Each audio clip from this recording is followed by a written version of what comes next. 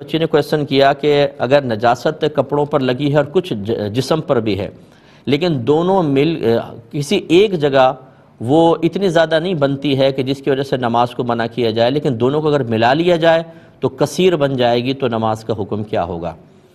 دیکھیں، جب متفرق مقام پہ نجاست ہو، چاہے وہ جسم اور کپڑا ہو یا کپڑے پر ہی جیسے پیشاب کیا بہت ساری چھینٹیں مختلف جگہ پر آ گئیں، تو وہ اندازہ کیا جاتا ہے، گمان کیا جاتا ہے کہ اگر ان سب کو ملا لیا جائے تو کم از کم 1 درہم کے برابر بنتی ہے کہ نہیں۔ 1 درہم جو بہتی نجاست ہوتی ہے، اس میں جیسے ہتھیلی پہ آپ پانی ڈالیں، جب ٹپکنے لگے تو رک جائیں، اب جتنا ہی ہتھیلی میں نظر آ رہا ہے اس کو 1 درہم کہتے ہیں شرعی اعتبار سے۔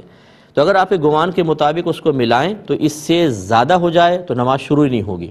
اس کے برابر ہے تو نماز ہو جائے گی لیکن مکروہ تحریمی ہے اور لوٹانا واجب، اور اس سے اگر کم ہے تو نماز خلاف سنت ہوگی، ہو جائے گی۔ لیکن ایک مومن کو چاہیے کہ اگر اس کو پہلے پتہ چل جائے تو بہرحال اپنے آپ کو پاک کر کے ہی نماز پڑھے، خطرہ بھی کیوں لگا ہو۔